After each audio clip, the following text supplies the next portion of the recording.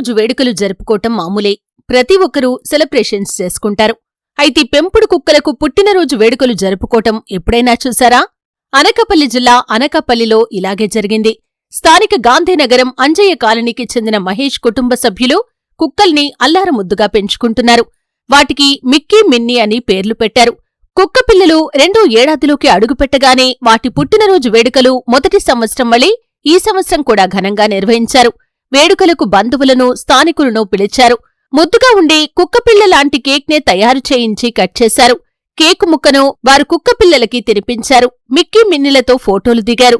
పెంపుడు కుక్కలకు ఇంత ఘనంగా పుట్టినరోజు వేడుకలు నిర్వహించటంపై అక్కడి స్థానికులంతా ఆశ్చర్యం వ్యక్తం చేస్తున్నారు. పెంపుడు జంతువులపై గొప్ప మమకారం ఉండబట్టే ఇలా చేశారంటూ చెప్పుకుంటున్నారు.